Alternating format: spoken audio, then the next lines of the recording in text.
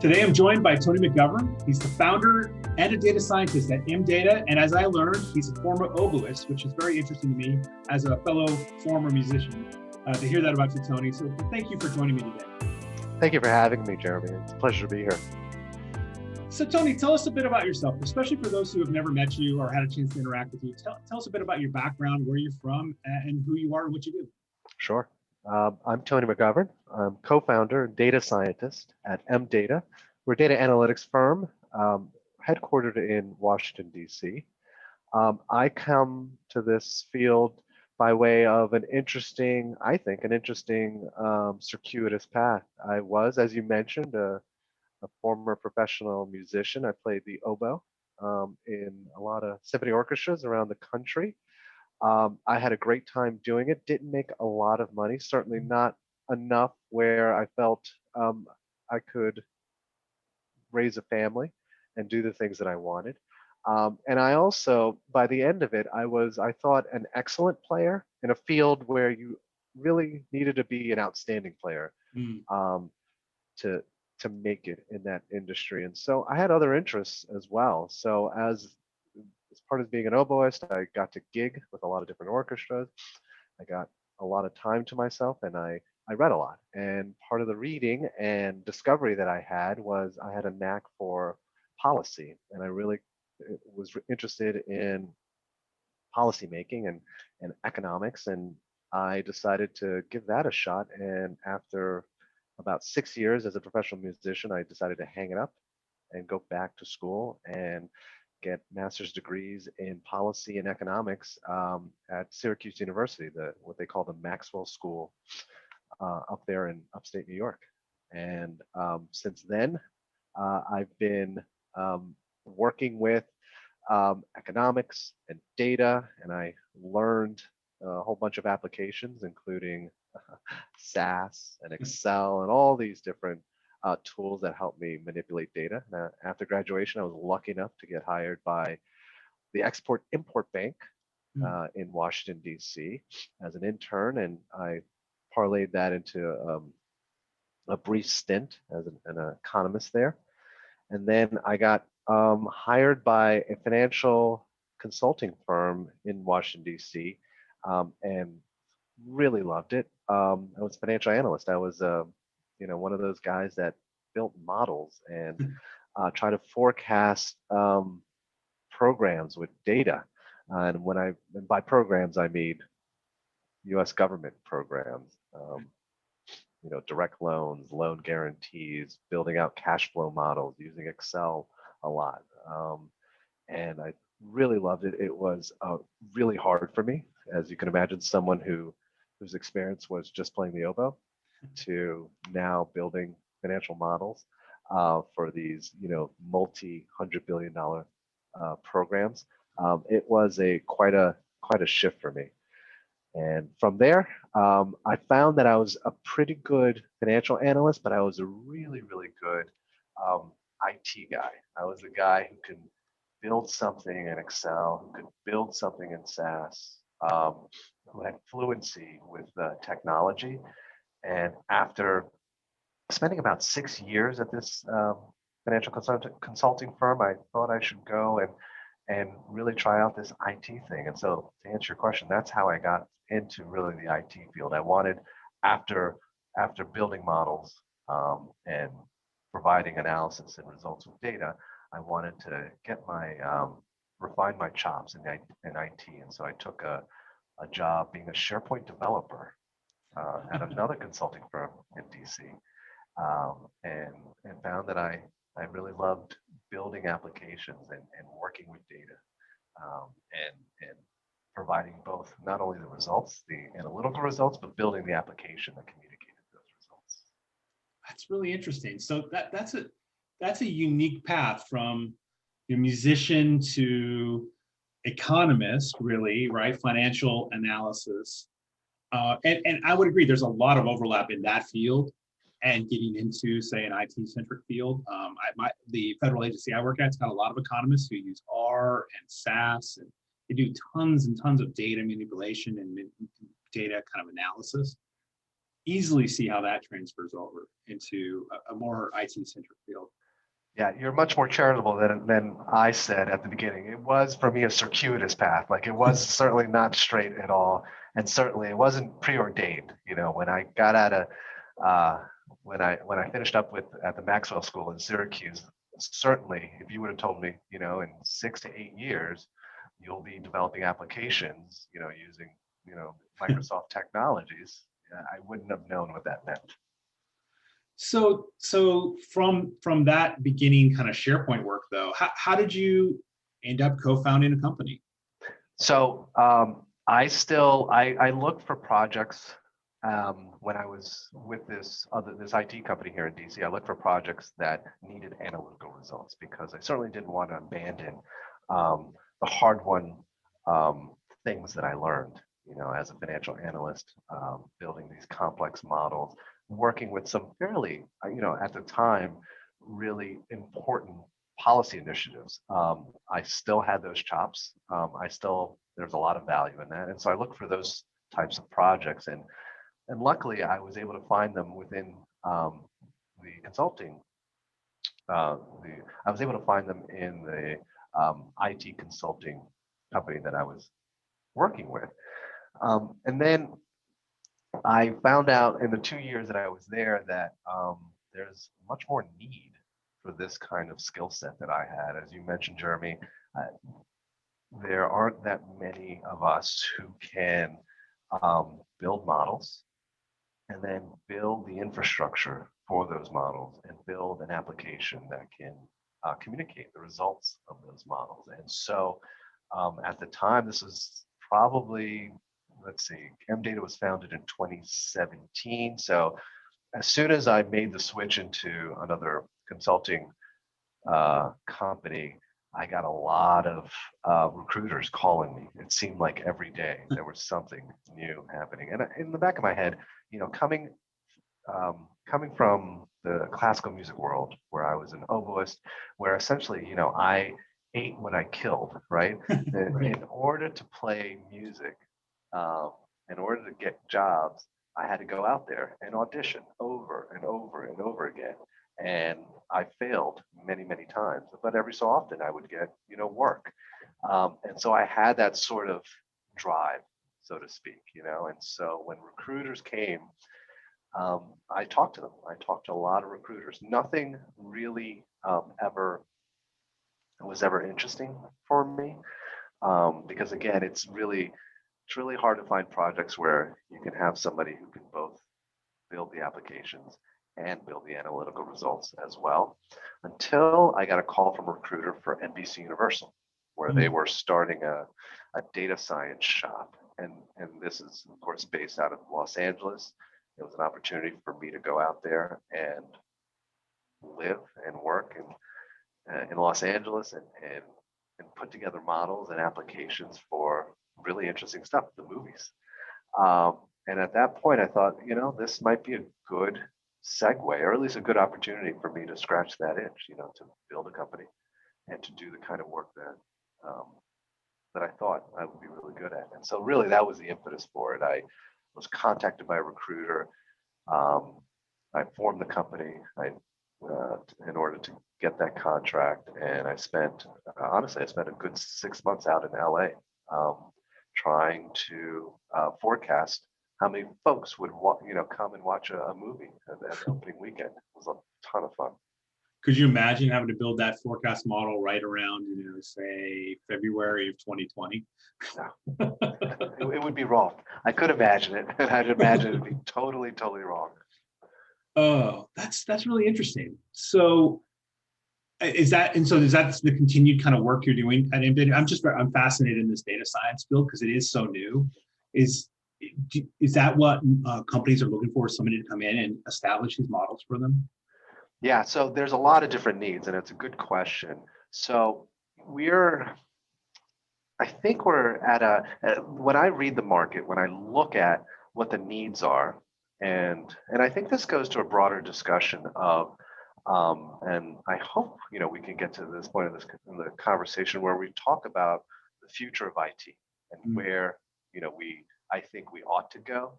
And right now, there seems to be a really interesting transition or cross pollination between folks, the kind of work that I used to do, the data analytics, full time. I was a financial analyst and built models to forecast things. And then IT folks, lack of a better term, the network engineers, the web developers, the program managers, even who have an understanding of how the results of how this data flow.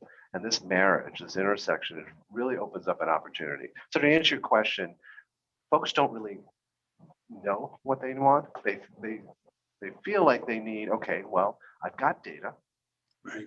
I know I need to do something with that data. I'd love to be able to get some results, forecasts, into the future. But so far, things haven't really happened well for me. And then there's the other world of analysts who, like me, for many years, put together results. There's there's a large ignorance of how IT works, Mm. of how computers work. We understand the statistics. We understand how to put together adequate sample size, of how to ask the right questions, of the limitations of some of these models. But ask these analysts anything about IT infrastructure, about scaling, about distributed computing. There's a big and yawning gap, and that's where data scientists come in. That's really where she can come in and bridge that gap, ask the right questions about the data, but also understand how to implement models in a distributed fashion. I mean, that requires really an open heart, an open mind, and someone who is just infinitely curious, because you are marrying these two really disparate worlds that historically have not come together. So I guess another way to answer your question is, folks, clients that I work with have specific needs. It's a little bit harder to get them to understand, well, we can answer this one question for you, but really what you ought to be thinking about is your whole data infrastructure, what you're doing with data, and what questions you ought to be asking, and what you ought to be doing with your company. Interesting. And probably leveraging some emerging technologies to help you even understand things that you don't even know to ask. That's right. That's right. Yeah. For me, my bias is always keep it simple, start small, fail fast, Mhm. and build from there. And so, but there is again that yawning gap between between the analysis that you need to perform and the infrastructure, the IT infrastructure you have in place. And that's really where, for me, that's really the fun stuff. That's really where to help clients understand what that chasm looks like, where if we filled that chasm, if we were able to marry those two fields, the kind of benefits, the kind of results, the kind of value that you can expect from it. I love that journey. I love convincing clients and helping them understand what that looks like, and seeing the light flicker on, in their eyes when it's like, oh, that's what you mean. That's what it means to be data driven. That's what it means to have a data culture. That's what it means to ask questions with data. Wow. It's pretty impressive. Yeah. Like you said, it's still a kind of emerging field, even though your company's been around for a few years. Like I'm in the government space. Governments had tons of data forever, and we're just now starting to understand the importance of leveraging that data. Even though we've had a ton of initiatives saying, governments, get your data out there. It's been more about get the data out there to the public, because it is, it's public data, right? It should be accessible by the public, but they haven't really leveraged it for themselves. And I think that's starting to change. Agencies now have chief data officers, and they're starting to stand up programs. Still in its infancy, I think. It's still got a ways to go. That's correct. That's absolutely right. And I think, I can talk at length days really about, I've been lucky to be able to work with federal government agencies and programs across a lot of different agencies. I've also had commercial clients that spanned the movies, supply chain, project management. So I've been fortunate enough to see a lot of different projects and a lot of different data. What I can say about federal agencies, at least in my experience, is um, by design, the US government is very good at asking specific questions and really putting the gear in drive and getting the data continually to continue to answer that one question. The kind of modeling I did for many years um, requires that the government understand the cost of these programs, direct loans. If you hold a mortgage in the United States, chances are it's backed by the US federal government. And so the government would love to know how much is it costing taxpayers to subsidize those mortgages. And so that is a specific question. And all of the infrastructure, all of the mechanisms to get that data from, making sure the data is processed correctly, is stored in the right way, there are privacy implications, it's guarded, it's handled, it's maintained, it's audited. The US federal government and federal agencies are fantastic at doing that one thing. Now, as you mentioned, Jeremy, we're in a sort of new landscape where, the commercial sector, because of those safeguards, there's a little bit lower barrier to entry, right? Mm-hmm. So the commercial sector, you can source many more sources of data. You can do more. It's much harder to do that in the US federal government because it's not legislatively prescribed, right? There's a process. And frankly, you may not hear this from many others, I think it's a good process. And it's good that by design, it takes us a long time to get data. It takes us a long time to build an infrastructure, a good, solid infrastructure to do stuff with that data, to generate results. It's a very different mindset, a very different way of thinking. But ultimately, I think, it's a new landscape. Federal government's being asked to, get more sources of data, to bring it together and, do more with it. That is a really hard thing to do, given what we've set up, by design for US federal agencies. So Tony, you've been around the block, you've been a few places. What's something about the way we do business that if somebody came to you and said, hey, Tony, we want you to be in charge, you get to make a big decision. What's something you would look at or something you would change about the way we do something today? I mean, it could be whatever. Right. And I think this is a great question, good segue into the discussion that we just had. In the IT field, the US federal government, again, by design, builds these structures that start with legislation, right? Mm-hmm. And things are thought out very thoroughly. I think in the commercial sector, someone has an idea, a pretty good idea, perhaps not so good, but things happen very quickly. And there's not much thought as to the ethical considerations, the ethical components of, well, why are we doing this? Do we have safeguards in place? So to answer your question, I think what I'd like to see more of is, because data is so readily accessible, because there are public APIs that allow us to get data, because there are best of breed new technologies that allow us to connect to internal data sources, we really need, I would love to see much more ethical consideration, perhaps some boards, perhaps some governing structures to stop and think, well, is this a good idea? Should we be sharing PII internally just because we have somebody who can build models and get results with that data?